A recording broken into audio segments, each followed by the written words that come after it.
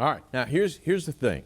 I want to explain this to people. Let's say you're writing, folks, a term paper at school or grad school, Yep. okay? Yep. And you're writing along and you're using your words.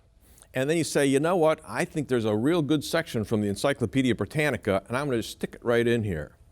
And your teachers, who's reading your report, knows how you write and knows the words you use.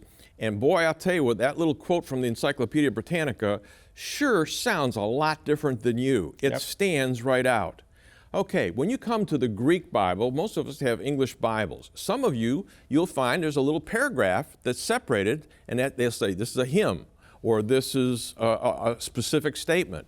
Or you have something really easy, like Paul says, hey, what I received, I got from somebody else. He says it right out, and then he tells you what it is, okay? And he uses different words than he uses. A scholar says that stands out like a neon sign, okay? But some of these other statements are put into chapters in the books of the Bible. The guys put them in there. And for the Greek scholars, the people that even know Aramaic, they find certain words that are Aramaic, and they find different words in the Greek, and it just stands out to them. And here's an example. Bart Ehrman is a New Testament critic, probably the best known in America, and he has now said that he's an atheist, okay? He can see these statements, but before he ever got there, somebody who was to the left of Bart Ehrman used to be Rudolf Bultmann. And Rudolf Bultmann, way back in 1976, before he died, he said, this looks like a creedal statement. And he started outlining all of these passages, and he was a straight atheist, okay? I'm just saying, the scholars can tell where the differences are at, and we're going to try to explain to you these things.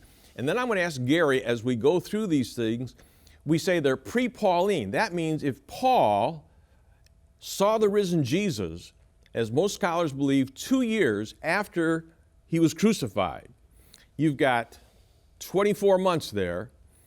How do we know that these creeds, this information that is called creeds, these little verses, these little nuggets, okay, that are in the text that we usually don't know, how do we know that they go back to that 24-month period? That's what we want to find out. And folks, here's what I want you to realize.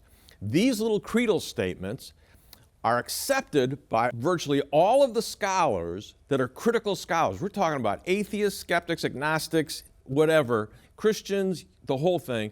These are accepted by them, and Gary has documented this, and it has changed the academic world in what the early Christians believed about Jesus. Where did they get this information? It looks like it goes right back to Jesus and the apostles themselves in this early time period right after Pentecost.